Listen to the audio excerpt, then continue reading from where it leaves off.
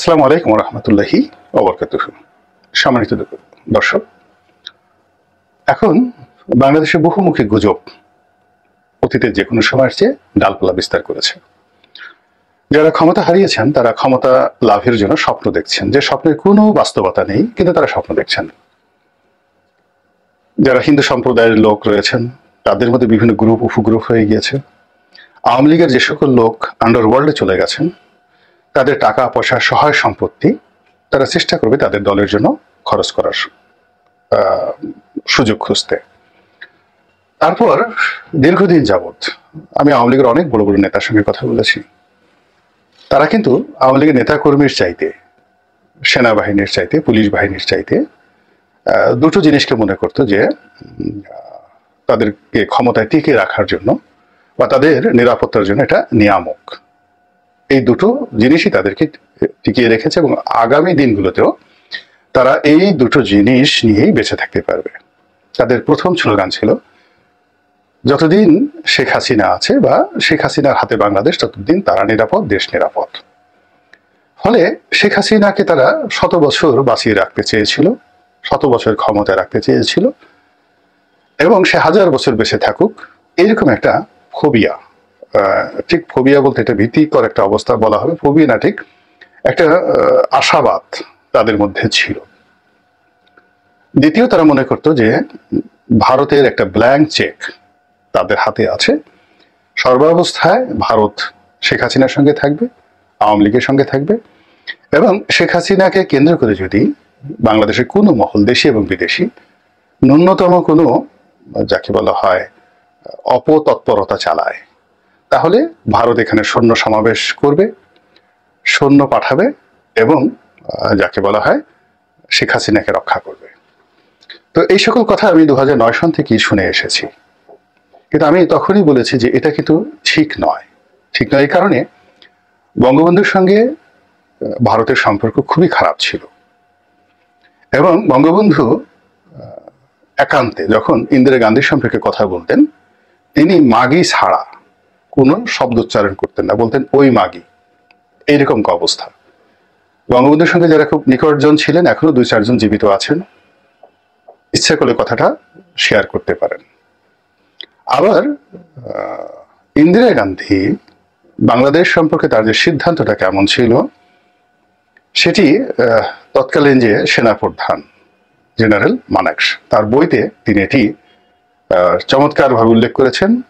আর কিছু কথা তিনি বিভিন্ন জায়গাতে বলেছেন এবং বিভিন্ন সামরিক মাধ্যমে এটি এসেছে, যে তোমাকে যে কারণে পাঠালাম, ইন্দিরা গান্ধীর বক্তব্য, যে কারণে পাঠালাম সেই কারণটা না ঘটিয়ে তুমি একটা দেশকে স্বাধীন করে দিলে।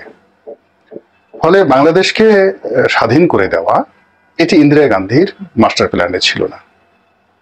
এখানে একটি অরাজক পরিস্থিতি হোক বা এখানটা দখল হয়ে যাক, একটা প্রদেশ তৈরি হোক, সিকিম হয়ে যাক, এটাই ছিল কিন্তু যাকে বলা হয় ইন্ডিয়ার একটা মাস্টার প্ল্যান।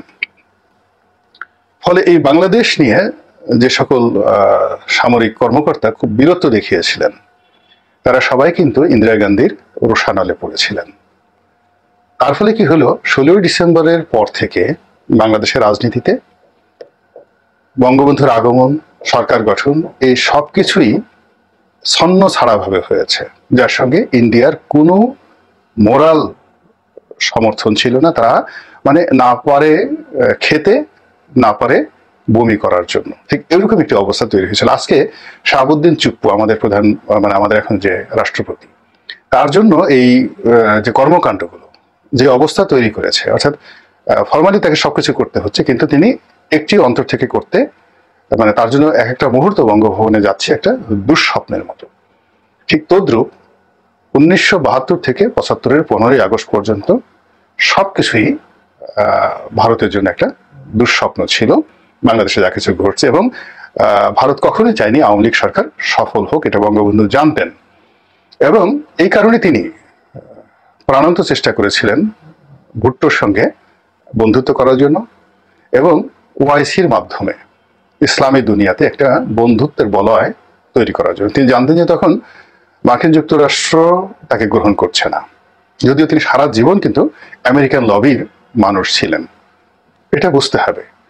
বঙ্গবন্ধু হোসেন শহীদ সরওয়ার্দী সারা জীবন আমেরিকান লবি মানুষ ছিলেন, কিন্তু তখন এই যে ভারতের যাকে বলা হয় মুক্তিযুদ্ধ অংশগ্রহণ এবং পাকিস্তানের সঙ্গে সম্পর্ক নষ্ট হয়ে যাওয়ার কারণে এই বাংলাদেশ নিয়ে আমেরিকার যে পলিসি এতটা পরিবর্তন হয়, বঙ্গবন্ধু তার সারা জীবনের রাজনীতির যে কানেক্টিভিটি সেটা দিয়ে আমেরিকার সাথে সুসম্পর্ক স্থাপন করতে পারেননি।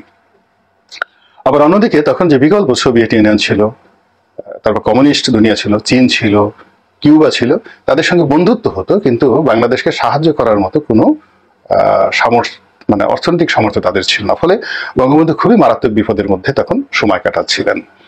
তো এরই মধ্যে যখন পরিস্থিতি নিয়ন্ত্রণের বাইরে চলে যায়, বঙ্গবন্ধু শক্তি প্রয়োগ করতে থাকেন, অনেক দেশীয় এবং বিদেশি তিনি রাজনৈতিক শক্তি, সামরিক শক্তি তৈরি করে ফেলেন। এবং আজকের দিনে যে পুলিশ নির্ভরতা ছিল আওয়ামী লীগের, এবং তিনি সেনাবাহিনীর বিরুদ্ধে পুলিশকে একটা বিকল্প অস্ত্রধারী শক্তি হিসাবে তিনি প্রতিষ্ঠা করতে চেয়েছিলেন। একই কাজ কিন্তু বঙ্গবন্ধু করেছিলেন পুলিশ এবং রক্ষী বাহিনীর মাধ্যমে, যেটি তিনি সফল হতে পারেননি। ফলে ৭৫-এর যে নির্মম হত্যাকাণ্ড, তার সঙ্গে আমেরিকার এবং ভারতের সংযোগ ছিল, সমর্থন ছিল। এটা আওয়ামী লীগের যত বুদ্ধিজীবী লেখক সবাই শুধু বলেননি, চমৎকার ভাবে তথ্য প্রমাণ সহ লিখে গিয়েছেন। এটি আওয়ামী লীগের লোকজন কখনো কগনিজেন্সে নেয়নি। আবার ১৯৯৬ থেকে ২০০১ সন পর্যন্ত ভারতের সঙ্গে আওয়ামী লীগের সম্পর্কটা কত খারাপ ছিল এটি শেখ হাসিনা বারবার বলেছেন যে আমার কাছে গ্যাস চেয়েছিল, ওটা চেয়েছিল, ভারতের কথা আমি শুনিনি, এই জন্য আমাকে ক্ষমতা থেকে চলে যেতে হয়েছে, বিএনপি ক্ষমতায় এসেছে। তো এই যদি ভারতের সঙ্গে আওয়ামী লীগের সম্পর্ক হয়, তাহলে বাকি যে জিনিসগুলো, সেই জিনিসগুলো নিয়ে যারা স্বপ্ন রচনা করেছেন তারা কতটা ভুলের মধ্যে ছিলেন এবং এখনো আছেন, সেই জিনিসটি যদি এখনো তারা বুঝতে না পারেন। বঙ্গবন্ধুর পরিবারকে আশ্রয় দেওয়া ঠিক ৭৫-১৫ আগস্টের পর এটা ছিল একটা মানবিক বিষয়, কিন্তু এখন যে ঘটনায় শেখ হাসিনা এবং তার পরিবার পড়েছে, তাদেরকে আশ্রয় দেওয়া পুরোপুরি একটা রাজনৈতিক ডিজাস্টার, এবং তাকে হজম করা ভারতের পক্ষে সম্ভব নয়। তাকে একটা ব্রিদিং টাইম দেওয়া হয়েছে, এবং আলটিমেটলি ভারত যদি খুব বেশি বাড়াবাড়ি করে এখানে সৈন্য সমাবেশ করে এই বাংলাদেশকে দখল করে নিতে হবে। কিন্তু কোনো অবস্থাতেই তার কোনো প্রতিনিধি, সেটা আওয়ামী লীগ হোক কিংবা বিএনপি হোক, আগের মতো করে ভারত এখানে অভ্যন্তরীণ রাজনীতিতে নাক গলাতে পারবে না। এটা সেটেলড হয়ে গিয়েছে, এখন সে দখল করে নিতে পারে। আর সেই দখল প্রক্রিয়াতে যদি আওয়ামী লীগ সংযুক্ত হয়, বাংলাদেশের এই অংশটি যদি ভারতের একেবারে ত্রিপুরার মতো হয়ে যায়, খুঁজে খুঁজে খুঁজে খুঁজে আওয়ামী লীগের প্রত্যেকটি লোকের মানে যাকে বলা হয় জীবনে যে দুর্বিষহ ঘটনা ঘটাবে দেশপ্রেমিক মানুষ একেবারে কিয়ামত পর্যন্ত, যে এদের এই যে লেন্দুক দর্জির মতো, এদের কারণে আজ এই বাংলাদেশ ভারতের একটা অঙ্গরাজ্যে পরিণত হয়েছে। এখন অভ্যন্তরীণ রাজনীতিতে কোনো অবস্থাতেই, বর্তমান চলমান অবস্থাতে ভারতের সঙ্গে বন্ধুত্ব অসম্ভব ব্যাপার। এই যে সরকার, ডক্টর ইউনূসের সরকার, এটির সঙ্গে কাগজে কলমে ভারতের সম্পর্ক আছে, আমেরিকার সম্পর্ক আছে, কিন্তু স্থানীয় যে জনমত এবং সীমান্তের ভিতরে যে রাজনৈতিক শক্তিগুলো রয়েছে, এটা 100% ভারত বিরোধী শক্তি, এবং তারা প্রয়োজনে ভারতের বিরুদ্ধে অস্ত্র হাতে নিয়ে সিভিল ওয়ারে তারা যুক্ত হবে। অর্থাৎ এখানে অভ্যন্তরীণ ভাবে খুঁজে খুঁজে শ্রেণী শত্রু আওয়ামী লীগকে খুঁজবে, আর সীমান্তের উপারে গিয়ে ভারতীয় সৈন্যবাহিনীর সাথে যুদ্ধ করবে। এরকম একটা অবস্থা তৈরি হয়ে গেছে, এবং এইরকম যদি একটা ভারতের বিরুদ্ধে জিহাদের ডাক দেওয়া হয়, যুদ্ধের ডাক দেওয়া হয়, 1 কোটি মানুষ ঘর সংসার ত্যাগ করে ভারতের বিরুদ্ধে অস্ত্র হাতে নেওয়ার জন্য দাঁড়িয়ে আছে। বুঝতে হবে ভারতকে, এবং ভারতে বসে যারা বাংলাদেশের রাজনীতি করতে চান তাদেরকে। কথাগুলো বললাম এই কারণে, খুব প্রচার হচ্ছে আওয়ামী লীগের লোকজন এই শেখ হাসিনা আসবেন, প্রতি বিপ্লব ঘটাবেন। যারা জ্ঞানী গুণী দার্শনিক তারাও বলার চেষ্টা করছেন প্রতি বিপ্লব হবে। আমি মনে করি যে আওয়ামী লীগের রাজনীতি আপাতত শেষ। আগামী 2-4-5 বছরের মধ্যে তারা কোনো অবস্থাতে রাজনীতিতে জনপ্রিয়তা পাবে না।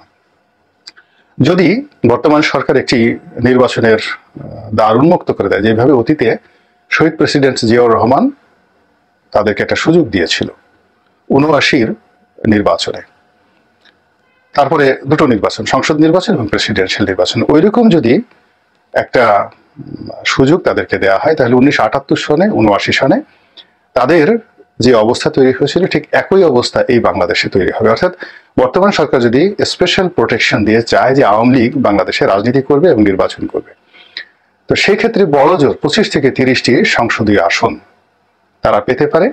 আর যদি প্রেসিডেন্সিয়াল ফর্ম অফ গভর্নমেন্টে চলে যায়, তাহলে আওয়ামী লীগের পক্ষে রাষ্ট্রপতি পদে দাঁড়ানোর জন্য লোক খুঁজতে খুঁজতে যান বের হয়ে যাবে, লোক খুঁজতে খুঁজতে। এবং শেখ হাসিনা বা জয় যদি রাষ্ট্রপতি পদে দাঁড়ান, কিংবা শেখ রেহানাকে যদি দাঁড়ানো করানো হয়, তাদের ইমেজ এখন এমন একটা পর্যায়ে চলে গিয়েছে যার ফলে তাদের জামানত বাজেয়াপ্ত হবে রাষ্ট্রপতি পদে যদি তারা দাঁড়ান। আর যদি পার্লামেন্টারি ফর্ম অফ গভর্নমেন্ট থাকে, তো সেক্ষেত্রে 25-30টা যদি ফেয়ার ইলেকশন হয়, 25-30টা সিট তারা এভাবে পাবেন। এবং এভাবে ধীরে ধীরে আগামী 20 বছর বসে তাদেরকে রিনোভেট করতে হবে এবং ভালো কিছুর আশা করা যেতে পারে, নট বিফোর 20 ইয়ার্স। কিন্তু এর আগে যদি কেউ তাড়াহুড়া করে, বেশি কথা বলে, বড় স্বপ্ন দেখে, তাহলে এখন যে সমস্যার মধ্যে আওয়ামী লীগের নেতাকর্মীরা আছেন, তাদেরকে আরো বিপদ এবং বিপত্তির মধ্যে পড়তে হবে। এরপরে শেখ হাসিনার বয়স এখন 80 বছরের মতো। তিনি দেশে আসবেন, রাজনীতি করবেন, এটা তো একেবারে অসম্ভব একটি বিষয়।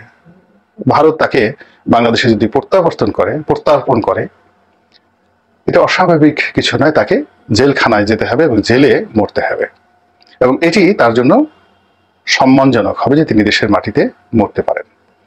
কিন্তু যদি তার বিরুদ্ধে আন্তর্জাতিক আদালতে মামলা হয় এবং যথেষ্ট এভিডেন্স রয়েছে, মানে এই মামলা না হওয়ার কোনো কারণ নেই, এবং মামলা হওয়ার সঙ্গে সঙ্গে তাকে আন্তর্জাতিক আদালত, যেটা ট্রাইব্যুনাল রয়েছে, সেখানে হস্তান্তর করতে হবে ভারতকে, যেভাবে সার্বিয়ার প্রেসিডেন্টকে হস্তান্তর করা হয়েছিল।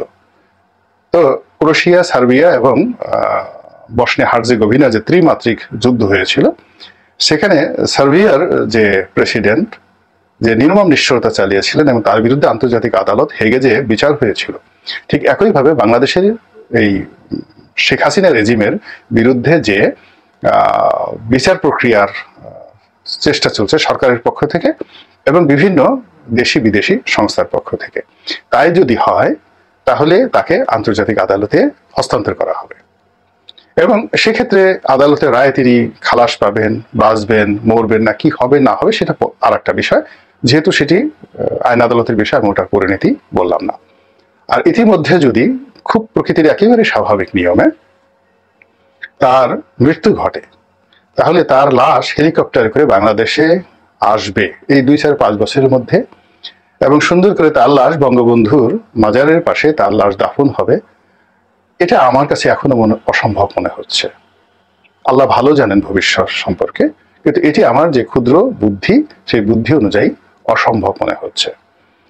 তো কাজেই যারা এই বাংলাদেশে বসে শেখ হাসিনাকে আশ্বাস দিচ্ছেন, স্বপ্ন দেখাচ্ছেন, হ্যাং করেঙ্গা ত্যাং করেঙ্গা, অথবা তিনি ওখানে বসে এখনো যে স্বপ্ন দেখছেন, বা বাংলাদেশের সাধারণ যারা জনগণ তাকে নিয়ে যারা আতঙ্কিত অনুভব করছেন, আমার ক্ষুদ্র বুদ্ধি আল্লাহ রাব্বুল আলামিন যেটি দিয়েছে, সেই বুদ্ধি অনুযায়ী আমি যতটুকু বললাম, আমি এর বাইরে অন্য কোনো বিকল্প দেখতে পাচ্ছি না।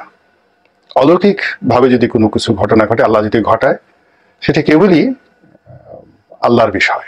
আল্লাহ অনেক কিছু ঘটাতে পারেন আমাদের চিন্তার বাইরে।